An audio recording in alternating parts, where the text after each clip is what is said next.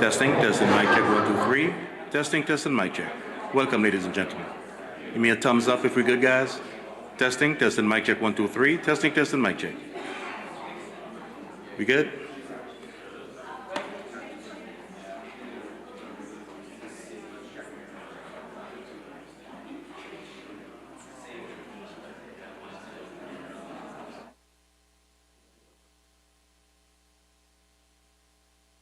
Kinsey, they turned it off again.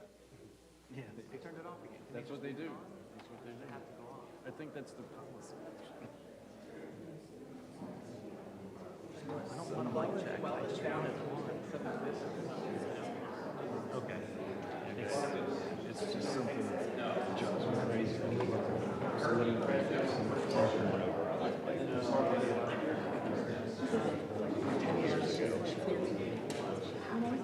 There.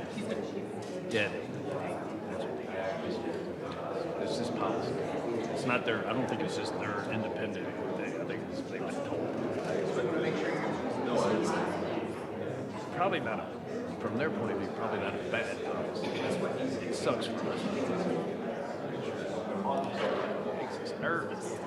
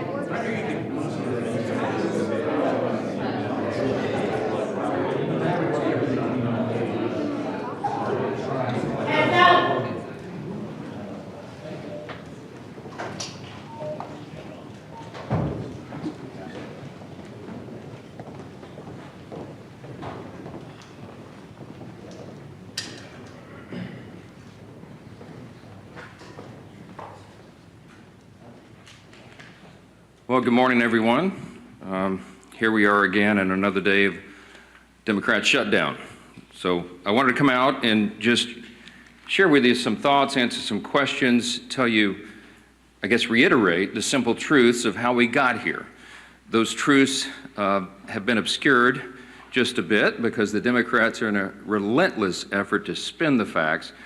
But it's always good when the facts and the evidence are on your side. And I don't want you to listen to the arguments of politicians. If you're watching at home, I want you to look at the real facts. And I'm going to try to here in a very abbreviated summary manner to present those to you. And the facts are very clear. Okay, so the first fact is by way of reminder, how did we get here? Why is Washington tied into a knot right now? Well, I became Speaker almost 2 years ago, and I was frustrated, as most rank-and-file members of Congress are, frustrated about how Congress really doesn't work that well for the American people. That's why people are frustrated about it. We don't spend money responsibly here. We haven't for many years.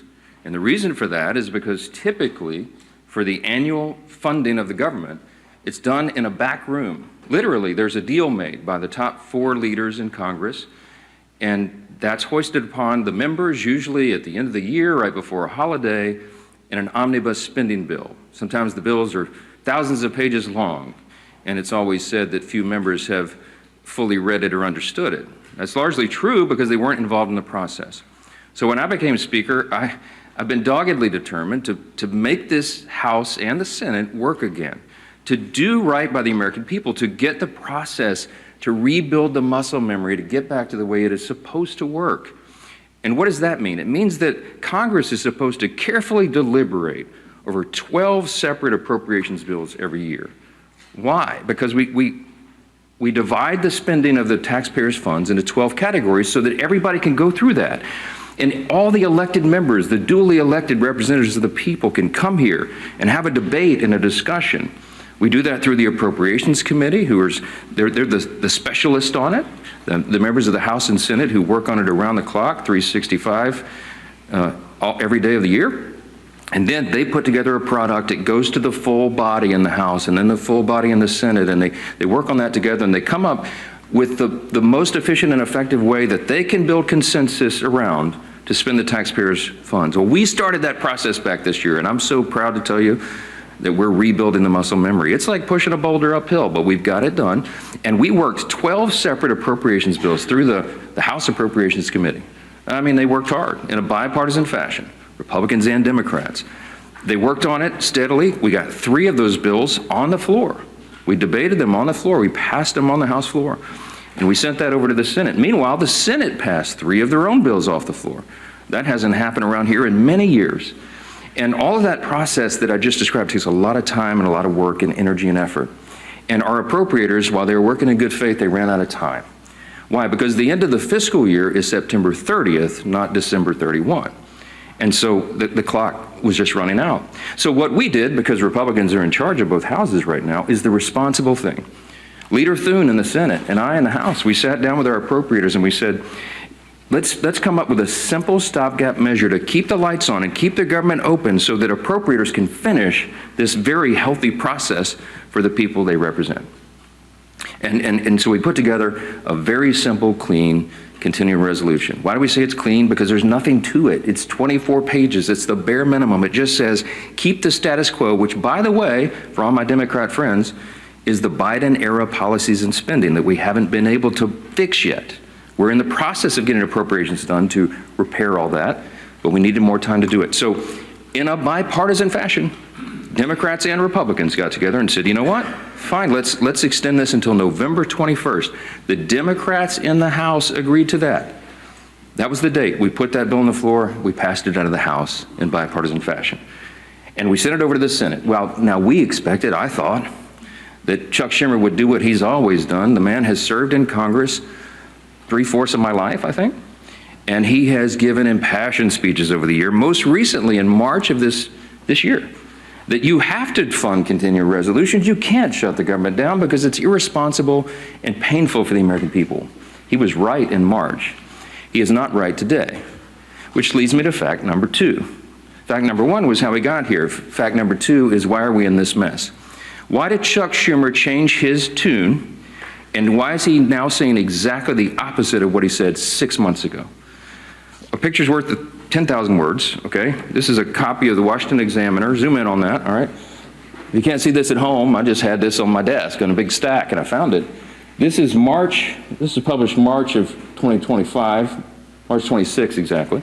It's a picture of Chuck Schumer looking very upset, very angry, walking out with a box, and all the House Democrats depicted their character, saying that he's an enemy of democracy. Why is he an enemy of democracy?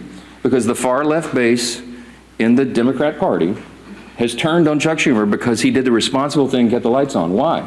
Because they want him to show a fight against President Trump. So Schumer doesn't want to be in this situation again. So he said, my gosh, he got his staff together and he got the far left wing of the party. He said, what do you want? What do you want me to fight on? So they created a red herring. A red herring is a distraction. They decided that they would pick a fight on health care. Well, let me look right into the camera and tell you very clearly, Republicans are the ones concerned about health care. Republicans are the party working around the clock every day to fix health care. This is not talking points for us. We've done it. A big part of the One Big Beautiful Bill, the Working Families Tax Cut, was to fix health care. Health care is broken in America. It's too expensive. The quality of care needs to rise. We need more access for more people, and we have lots of ideas to do that. But that issue is for debate in the next 3 months. It always was. We have members working on that. The tax credit, the subsidy you've heard about that expires December 31st, there's a lot of thoughtful debate and discussion that has already been going on about that and will go on about that. But that's a December 31 issue. So Chuck Schumer is scrambling. He has to have an issue. None of their policies are very popular, so they decided to lob onto health care. And he decided to claim to all of you that is the issue with government funding. It is not. Those are 2 totally separate things. The clean continuing resolution would simply keep the lights on so that the members in the House and Senate can have those debates on health care. We were always planning, and we have lots of ideas on the table on how to fix it, but we don't yet have consensus on it because it's very complicated. We have time to do it. The month of October is a critically important time for us to get the House and Senate working on that very issue. But they're delaying it because they needed a red herring. So in his desperation, we get to fact number 3. In his desperation, they decided to create the red herring. They decided to claim that this is all about health care, which the September funding issue never was. That's a December policy issue. He tried to create it as a September funding issue. And in his desperation, they hastily filed an outrageous counter proposal. It is a wild wish list of big government liberal nonsense that we can't do. Their priorities that they crammed into this. Now remember, a simple 7-week stopgap funding measure, the CR, that we passed out of the House in bipartisan fashion was sent over. And Chuck Schumer filed a counter proposal. Now this is his words, not mine. These are not Republican talking points. These are the facts. 2 exhibits real quick, as I've shown you before.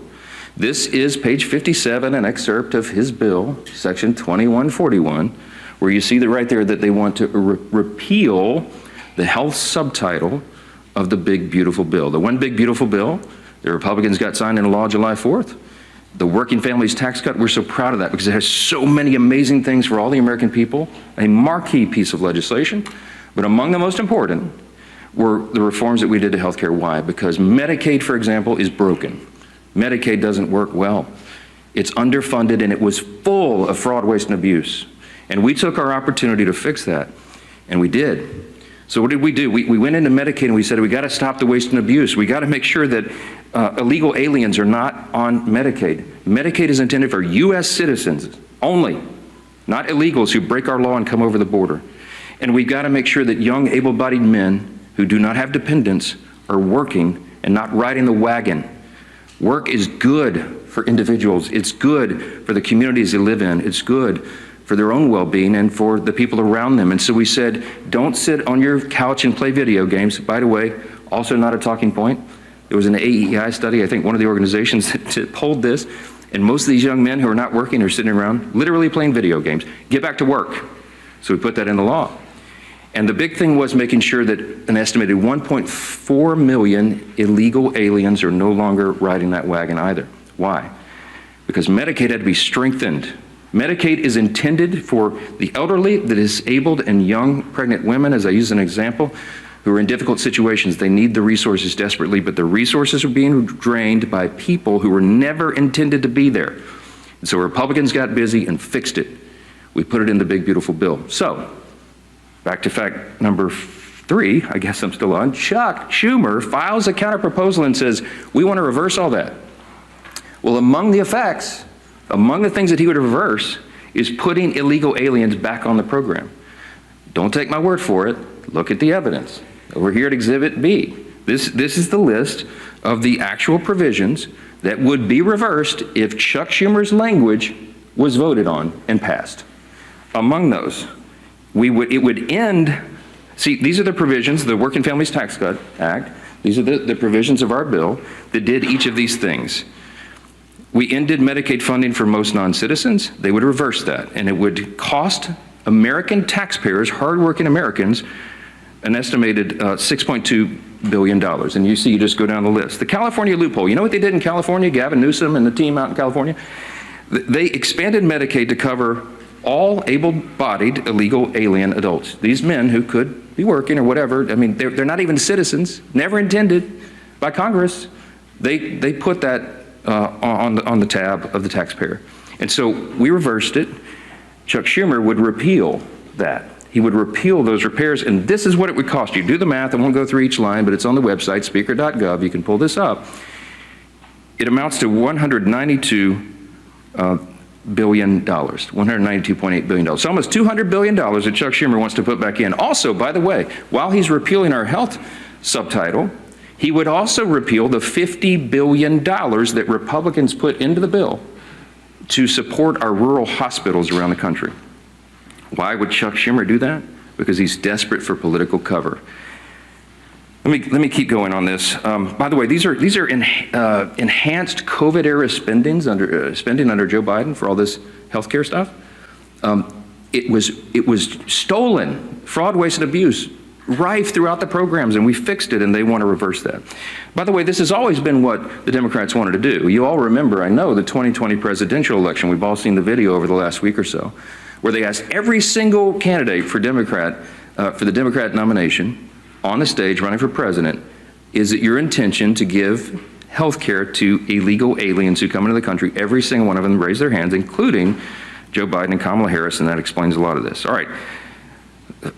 That's the facts, and I went on all the shows, I've been on all the programs, as many as I can, to just lay this out, and on some of these programs have been followed by Chuck Schumer or Hakeem Jeffries back and forth. Not one time have they been able to refute what they themselves put in writing. I hope that you will ask them about this. I hope that you will ask them, if it is indeed not your intention, why did you say that? Why did you do that? This is a key part of what they put into their counterproposal, which, by the way, amounts to $1.5 trillion in new spending that they want to strap onto a 7-week, simple, 24-page stopgap measure to keep the lights on so we can do our work. Fact number 5, don't ask me, because here's the answer. Why aren't you negotiating? There's nothing for us to negotiate. The House has done its job. The House Republicans right now are working hard in their districts all around the country. They're meeting their constituents' needs. They're going and explaining and providing the answers, and they're trying to help them navigate through this madness. Some of our Republican colleagues, we had a big conference call on Saturday. Many of them are working throughout. They're making trips to all their rural hospitals in their district to help them navigate and access this fund that Chuck Schumer is trying to take away. Republicans are on the job. We want to improve health care. We have ideas and plans to do that, to fix the COVID level madness and adjust Obamacare so that it works for more people, so you have higher access to care and the costs are reduced. And so they're doing that right now, but there's nothing for us to negotiate or to debate right now, because the House already did that. The House did its job. We passed our bill. We did the job to keep the government open, and now it's on the Senate Democrats. And that's the final fact, and I'll take your questions. Fact number 6, hold on, wait. It's just a tease. The ball, I have to finish my case. Here's my closing argument, okay? The ball is in the court of the Senate Democrats. There's only a handful of people in the country who can solve this problem. There's 47 Democrats. Well, 46 and one who caucuses as an independent, I think. I lose track. But there's about 47 of them that caucus together as Democrats, okay? Here's the problem, remembering from civics. We don't have enough Republican votes to fix this, because it takes 60 votes in the Senate to break this impasse, to open the government. There's only 53 Republicans in the Senate. We need some Democrats to be thoughtful and responsible and do the right thing. Because why? Because real people are being hurt in all these political games. As Chuck Schumer is trying to cover himself and not have another series of articles like this, okay? That's why this is happening. There's a trend in New York that Chuck Schumer represents of electing Marxists. They're about to elect an actual Marxist as the mayor of New York City, the once cradle of capitalism, the largest city in America. It's stunning. And I think it's stunning to Chuck Schumer, too, because while he's a far-left politician, he's not nearly as far-left as these guys, as they want him to be.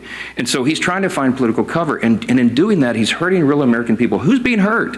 Women, infants, and children on their nutritional programs that are now stalled. Veterans' health services that they desperately need and demand. Go down the list. We've got our troops, Border Patrol agents, TSA agents serving, trying to protect America without pay right now. Half the federal civilian workforce is effectively laid off right now, furloughed.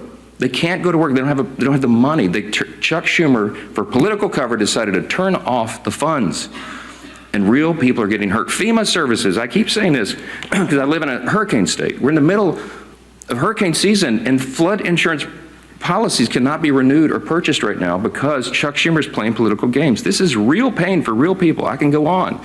There are articles written in the last 2 days. Some of your outlets wrote about low-income Medicaid or Medicare recipients, for example, who have been able to receive health care at home because we expanded that through telehealth and all that. All that is shut down. Yet people with autoimmune deficiencies who are also disabled, they cannot go visit the doctor's office. So thankfully, mercifully, they've been able to be treated at home. But all that just stopped. So people are canceling their health appointments with their physicians that is vitally important for them to stay alive, because Democrats over here are playing games. We have one plea and one plea alone. We need a handful of Democrats to stop the madness, reopen the government, so that we can get to these critical debates about the year-end policy decisions with regard to the further reforms to health care. Plain and simple, that's where we are. That's the facts, and everybody can draw their own conclusions. Don't listen to the words of politicians. Look at the actual evidence and the facts, and I think the case is very clear. Yes, sir, because you're standing up. Go ahead. Jeffrey just challenged you to debate on the House floor today. Do you see yourself debating him, or would you? When the poll says that about 13% of the people approve of your messaging, then you make desperate pleas for attention, and that's what Hakeem Jeffries has done. Look, my friend Hakeem had his shot. We debated all this on the House floor, as you know, before we passed our bill. He spoke for 7 or 8 minutes. He had all of his colleagues lined up. They gave it their best shot, and they argued, and they stomped their feet and screamed at us and all that. And still, we passed the bill in bipartisan fashion and sent it over to the Senate. The House has done its job. I'm not going to let Hakeem try to pretend for these theatrics. I mean, this is a Chuck Schumer decision. The ball is in the Senate's court now. The House has done this. We don't need to waste time on that nonsense. Those debates have been had. Hakeem is a friend and a colleague. I respect him, but we all know what he's trying to do there. Yes, sir. Speaker, so are you just out until the Senate votes and see how I'm anxious to get my folks back. And look, I want to bring the House back into session and get back to work, but we can't do it till they turn the lights back on. We need Chuck Schumer to reopen the government, and as soon as he does that, we'll bring everybody back here. Yes, back row. Yes, sir.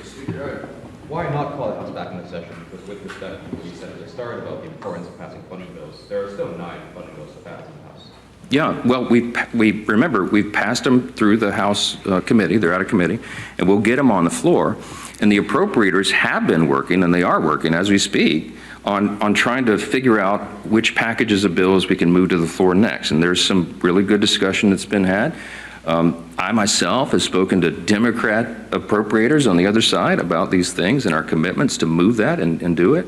I'll tell you, I mean, this is not some sort of confidential thing. I had I think a fruitful discussion with Senator Patty Murray about 2 days ago, a day or so ago, and I told her it is my full intention that if we break this impasse and we put these bills together, we have 3 of them in conference committee right now. Whatever the conference committee comes up with, I will put on the floor. I'm ready to go. But we've got to open government up so that they can move to that next level, so that conference committee can get that work done. That is small d democracy at its best. You get R's and D's, everybody in the room, and they hash it out, and whatever that final product is, we will move through the process. So we need to reopen government to do that. Yes, sir. Mr. Speaker, I know your contention is that the state subsidies don't end until the end of this calendar year. Do you disagree with the Democrats' position that these insurance companies are setting their premium rates now, and that people are going to have to make open enrollment decisions in the very near future? Yeah, Yeah, they've been saying that some of the insurance companies will be sending out notices in early November. The last time I checked, it's October 6th. We have the entire month of October. We'll stay here around the clock to work through all these things, but we have to get government open again to do it. They're trying to obscure the issue. We are talking about a simple funding measure that the Democrats themselves have voted on over and over and over. Chuck Schumer, they voted on it 13 times during the Biden administration. This is the exact same thing that was on the floor in March when Chuck Schumer, I should have brought his video and let him give you the speech of why it was so important to pass it. Nothing has changed except the politics. So that's a political issue that they're trying to make out of it. Yes, ma'am. Mr. Johnson, thank you. You mentioned that there is no negotiation to be had, but you also acknowledge that funding the government has to be bipartisan. So is the only way out of this for Democrats to completely drop their demands? Is there anything that Republicans are willing to give? And have there been any conversations? It doesn't even seem like the two sides are talking. I'm so glad you asked the question. Why aren't you dropping all of your demands so that it makes it more palatable for Democrats to join you? I didn't put any on the CR. Leader Thune and I have tried to explain this a few times. There's nothing for us to negotiate. I cannot go to the CR and go, you know what, Democrats, you're right. Let me take out these 3 Republican priorities. I didn't add a single Republican policy or priority or preference to the CR. It is 100% totally clean. It is an exact status quo replica of what we're doing right now, which again is Biden-era policies and spending levels, to our great chagrin, but in good faith. I presented that because I didn't want to play games. We are responsible. We're not going to shut the government down for people who desperately need these services and all these things that I've said are stalled. And so we didn't, no gimmicks, no tricks. There's nothing that Leader Thune and I can go to Chuck Schumer and say, you know what, okay, we'll pull this off. Would that make it better? No, I don't have anything to give. I didn't put any of our priorities on the spending measure because, again, all we're trying to do in good faith is get 7 more weeks to finish that appropriations process that we've been all so excited about. Jake. Who will, if you're not able to extend these subsidies, which is a possibility, it seems, who will own the political impact from that if health insurance does go up 200%? That's putting the cart like a mile in front of the horse. Look, I believe that the subsidy issue, that's the December 31 issue, is a complicated one. It hasn't worked well. It's filled with abuse. We have a lot of ideas on how to improve upon that if indeed it goes forward. And I mentioned yesterday, there's 535 members when you count House and Senate, and there's probably 400 different ideas on how to fix that. But we need the next couple of weeks to have those vigorous, deliberate debates, which is how the process is supposed to work. So I'm not going to forecast how that comes out, and neither could any of you, because those debates haven't been held yet. And that's kind of the irony, because Chuck Schumer is saying something that he knows isn't true. He's saying, oh, you guys snap your fingers. You and Leader Thune go in the back room and tell us how that's going to be resolved today so we can reopen the government. That's impossible for me to do. I have to have the input of all of our members so that they can figure that out. So that's part of the process. Last one. Yeah. Speaker. Can you just talk a little bit about your reference to conversation you had with Senator Murray, have you been personally lobbying any Senate Democrats to switch their votes in support of the CR? No, they haven't exactly been ringing my phone off the hook, okay? I'm open, always have been for dialogue with anybody about that, but I think she wanted an assurance from me that what I'm saying is true and that we have every intention of moving the appropriations bills. And I said, yes, ma'am, of course it is. I say the same things privately that I say publicly. We are consistent, and that's why it's easy for me to stand up here and share the facts. When the simple truth is on your side, you have nothing to hide from. I'm just presenting this to the American people. This is the fourth time we've done that. I hate to drag you all out and go through all the details, but I've got to put on the case over and over because repetition apparently is the key to this. People are starting to recognize this is not a Republican shutdown. It is a Schumer Democrat shutdown. Again, why? Because they needed political cover. It's shameless. It is sad. Real people are hurting, and it needs to end. They'll have another opportunity this evening, and I sure pray, and I hope you all will, that a handful of additional common sense people on the Democrat side will change their votes, reopen the government, so we can get back to all these issues as we desperately want to do. Thank you all so much for being here.